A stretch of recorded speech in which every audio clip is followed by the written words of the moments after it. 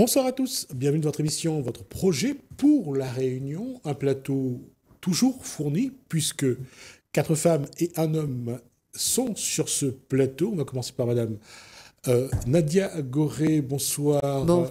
Madame Souton, j'ai oublié votre nom, vous m'excusez. Tiffany, merci. Géraldine Ramalisson, Eugénie Dijoux et Monsieur Julien Catalan. Vous les voyez généralement soit dans des événements ou soit au Vieux Domaine? Oui, c'est ça. Oui, au Vieux Domaine. Alors, maintenant, je vais reprendre. Vous êtes couturière. Oui. Vous êtes... Tressage Vacois.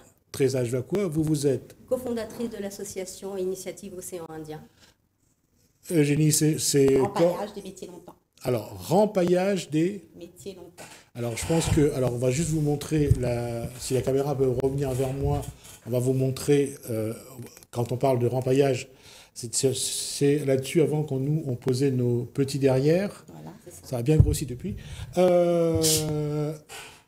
Et Monsieur Catalan? Cofondateur, effectivement, de l'association Initiative Océan Indien, animateur socio-culturel avant tout. Voilà. D'accord. Alors, globalement, vous êtes tous donc dans l'association. Ça fait combien de temps ça dure? Combien de temps? Elle a été créée en 2023, il y a 2 ans à peu près. Hein. C'est une association qui est toute jeune. L'objectif, c'était au départ? C'est de l'interculturalité au sein indien. L'idée, c'est de développer et de mettre en œuvre des projets pour valoriser d'abord la culture à La Réunion. Plus on se connaît bien soi-même à La Réunion, plus on est capable d'affronter et de se confronter aux autres cultures.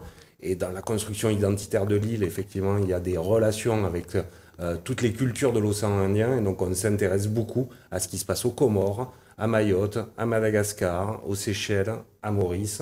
Et ça imprègne aussi toutes nos activités de tout ce qu'on fait. Voilà. D'accord. Alors, la question est pour tout le monde. Qu'est-ce qui vous a amené à rentrer dans vos différentes activités? Alors, tout d'abord, moi, bonjour, Eugénie Dijoux. Suite à la formation Initiative Océan Indien, que ça s'est déroulé à l'entre-deux pour moi, ça a été un début, un déclic, parce que moi j'aimais bien un petit peu les métiers longtemps, on va dire, tout ce qui touchait au rempaillage, etc. Donc je me suis inscrite, voilà, j'ai fait ma formation. Et on m'a proposé aussi de venir au Vieux Domaine. On est en partenariat avec le Vieux Domaine, que le Vieux Domaine nous a donné justement un emplacement, un lieu, où fabriquer un petit peu nos tabourets, etc., où il y a des touristes, il y a plein de personnes qui passent au Vieux Domaine, qui voient un peu ce qu'on fait un petit peu dans les métiers longtemps, on va dire. D'accord. Voilà. Pour les autres, Madame Goré, par exemple? Moi, c'est Nadia. Ouais. Moi aussi, je suis au Vieux Domaine, mais moi, je fais tapis mendiant.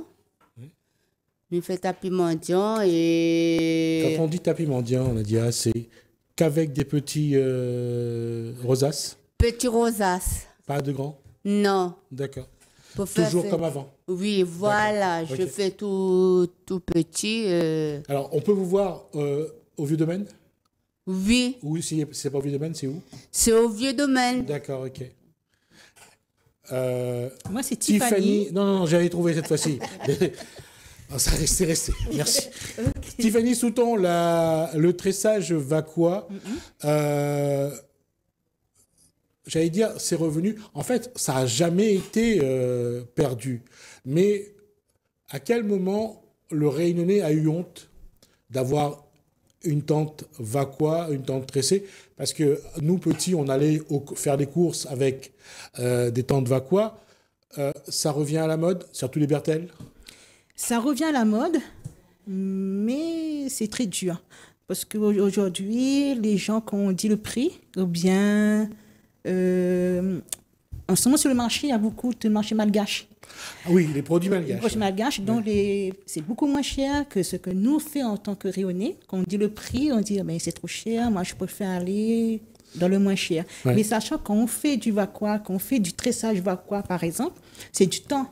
Qu'on va utiliser le Vacois, il faut le cueillir le Vacois, il faut le laver, il faut l'assouplir. il faut calibrer. C'est beaucoup de travail, donc c'est beaucoup d'heures de travail dessus. Donc c'est pour ça, des fois, on vend des trucs Berthet qui va à partir de 80, 100 euros. Mais en ce moment, les jeunes ne savent pas ce qu'est le va-quoi.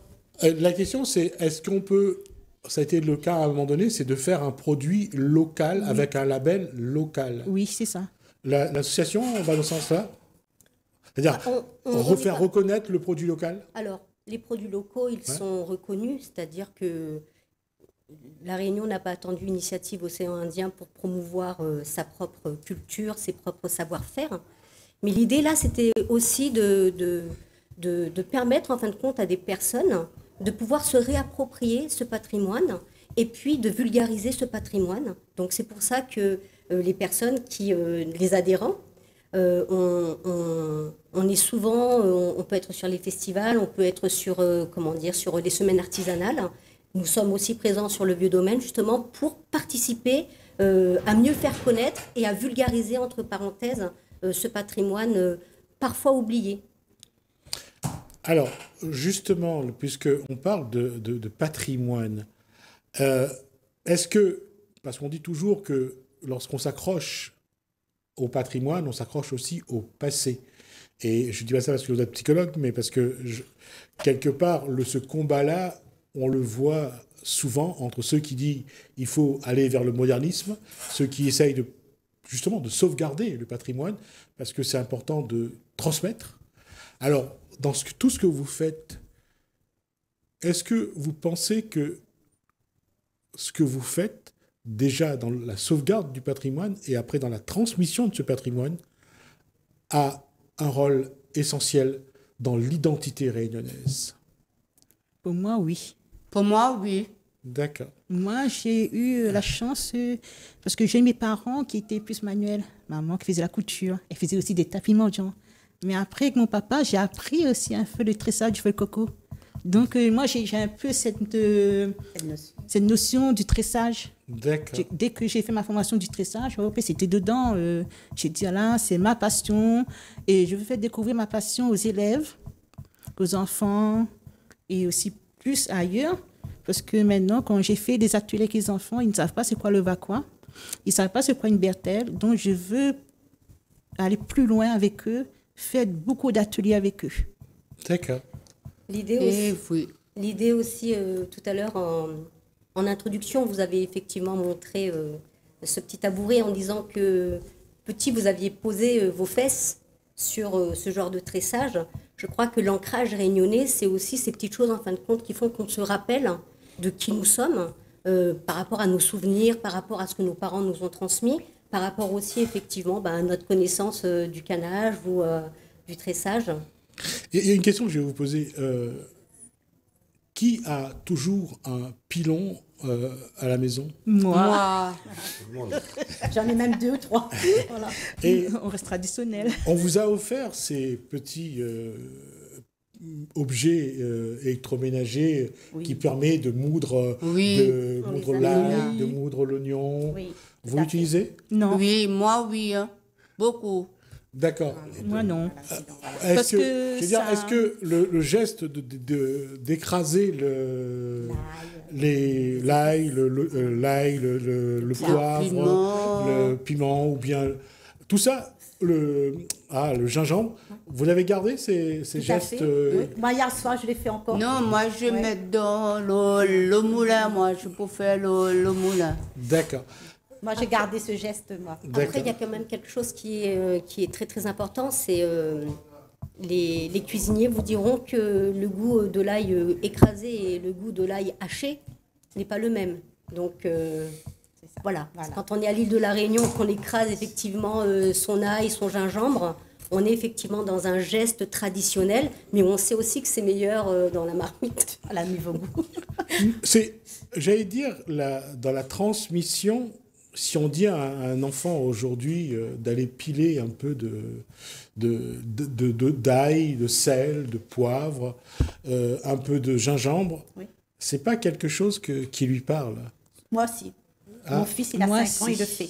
D'accord. Je l'apprends justement à être dans cette initiative-là, justement, à garder un peu ce côté longtemps que moi, j'ai grandi là-dedans. Je veux pas que ça se perde au fil du temps. Du coup, à mon fils, à 5 ans, il crase pour moi l'ail dans le pilon. Et j'ai même filmé D'accord. pour le Tiffany montrer un voulait jour. dire. Ouais. Moi, mes enfants, je voulais qu'ils gardent cette tradition-là. Qu'ils gardent ce goût pays en crasant l'ail. Mais sauf le piment. Il me dit, maman, non. Ouais. Et la question, que ce soit la couture, que ce soit le tressage, que ce soit le rempaillage, ça renforce votre identité réunionnaise? Oui, Tout à fait. Ouais. oui, tout à fait. D'accord. On a cet ancrage-là, Ouais. vraiment cette culture rayonnaise en nous.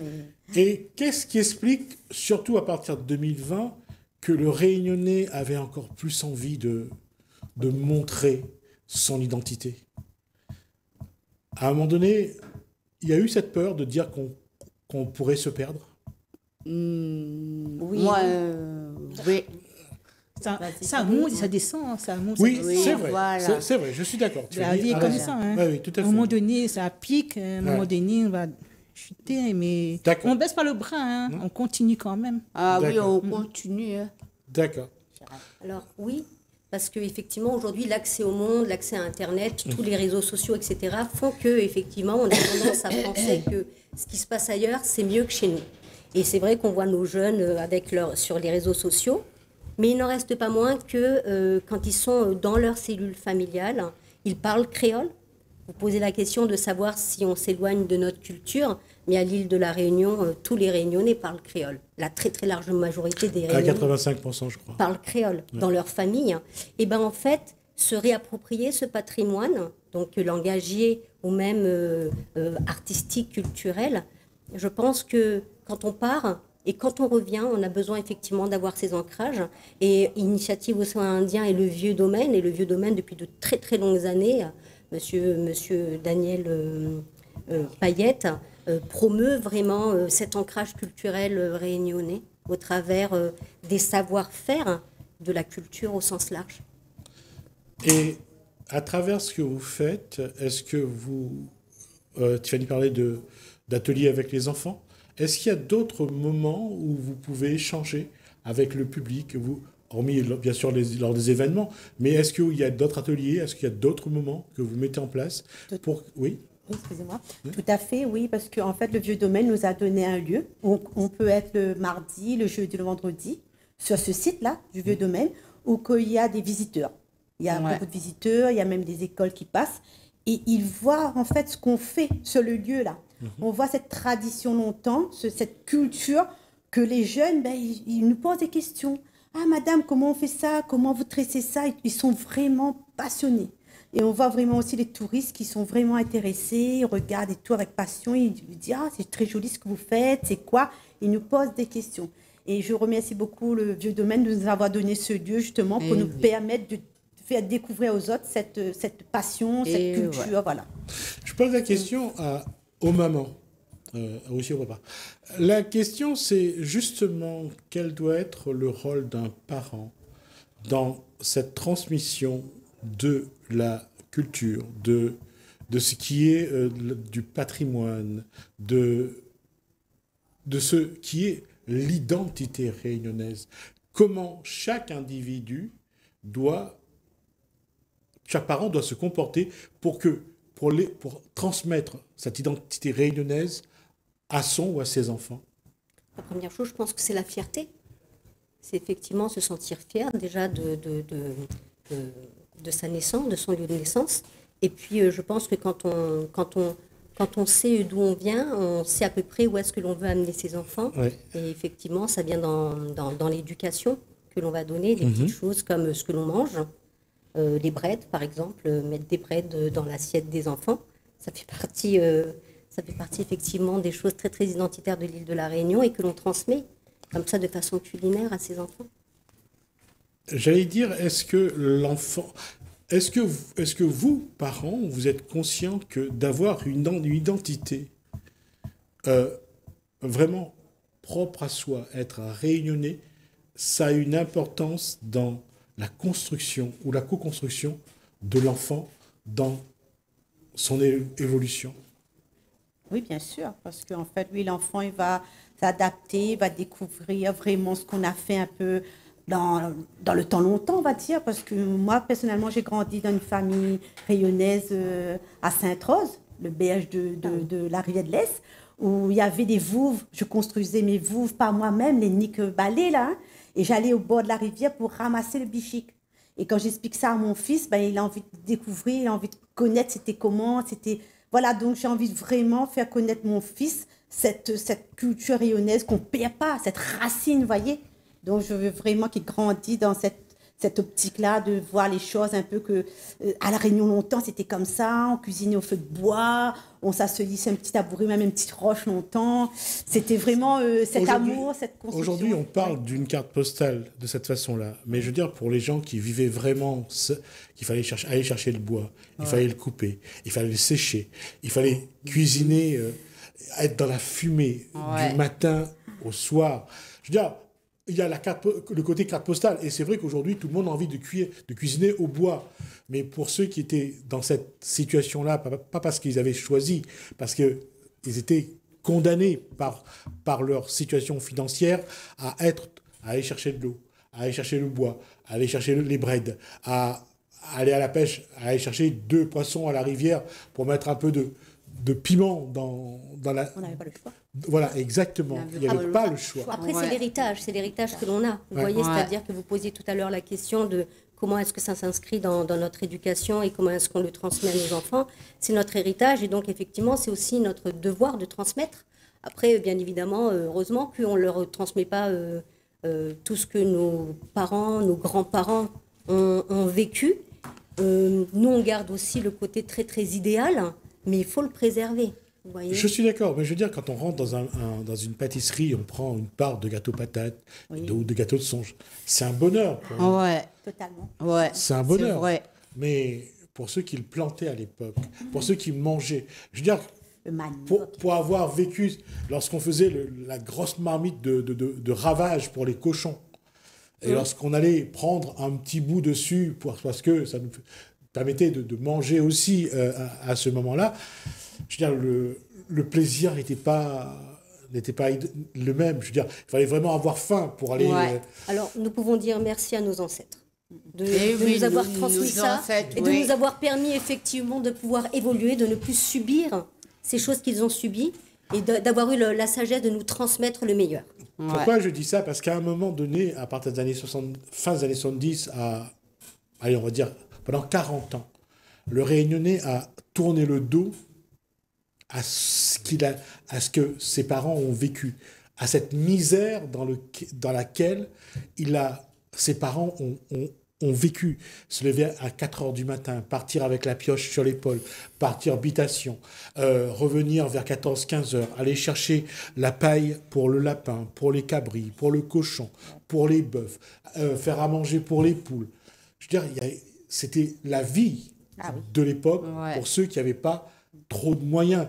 Mais encore, ils avaient de la chance d'avoir ça, parce que le dimanche, on pouvait tuer un poulet, ou de temps en temps, on pouvait tuer un cochon. Ça mettait de la vie. Oui. Mais ce n'était pas toujours la fête. C'est vrai. C'est pas toujours gaieté de cœur. Oui. Oui, c'est vrai que c'était misère. Oui, la misère. Mais la famille était soudée. C'est vrai. On était soudés. Oui, parce qu'il n'y avait pas à manger, il fallait qu'il y en a un qui fasse ça, l'autre qui fasse ça. Et... toute la famille est réunie. Oui. Ouais. C'est ça que le créole était avant. Ouais. On était réunis. Ouais. C'était l'amour. Quand on tuait un cochon, on partageait avec le voisin. Oui. Mais aujourd'hui... On ne tue plus le cochon de toute façon. Non. On n'a plus le droit. Voilà. J'allais dire juste quelque chose. Au mois de novembre, décembre, janvier, quand on faisait une salade de fruits, chacun amenait le litchi, l'ananas, la papaye, le mangue, le pomme. Voilà. Chacun amenait quelque chose et on faisait une salade de fruits et on partageait. Parce que chacun a participé. C'était aussi ce qu'on appelait l'élément qui consolidait un peu la famille. Mais c'est vrai qu'aujourd'hui non plus, salade de fruits, c'est ce qu'on achète dans une grande surface, dans un petit boîte en plastique, et qu'on mange tout seul. Ouais. D'accord? Donc, j'allais dire, quand on parle du patrimoine réunionnais, C'est ce qui faisait aussi à l'époque, non pas le vivre ensemble entre nous, mais le vivre ensemble dans la famille. Ouais. Les festins d'avant, on faisait les festins dans les salles vertes. Oui, Ouais, dans les On salles tuait vertes, après, on maillage, construisait Voilà. la salle verte. maillage, Ouais. baptême. Bambou. Et moi, j'ai toujours aimé ce syndrome qu'on avait. C'était la fête, c'était 3 semaines avant. C'est toute la préparation Ouais. qui Tout à fait. précédait l'événement. Après, je veux dire, la fête, c'était la fête. Mais Ouais. être Jusqu'au 15 ensemble, janvier, là. voilà, être ensemble pendant 3 semaines pour préparer, pour tuer le Ouais. cochon, les animaux, pour préparer le. Mais c'était vraiment, je veux dire, on se posait pas la question. Il y avait une éducation Exactement. et Ouais. une tradition. Vous voyez, c'est pour ça que je veux dire, ce que vous portez là, c'est ça en fait aujourd'hui. Ouais. Ouais. Vous êtes les gardiens du temple, et Exactement. les gardiennes du temple. Ouais. Et pour ça, je vous dis merci. On est arrivé à la fin de cet échange, puisqu'on a fait nos 20 minutes. Je vous remercie. Merci je à vous dis vous. à bientôt, À parce bientôt. que je pense que vous reviendrez, et j'espère Oui. que vous reviendrez. Et on aura l'occasion de continuer cette discussion. Ouais. Merci à vous. Merci à vous de nous avoir suivis. Merci Alain, merci François. Je vous dis à bientôt. Merci, à Merci beaucoup, bientôt. c'est gentil.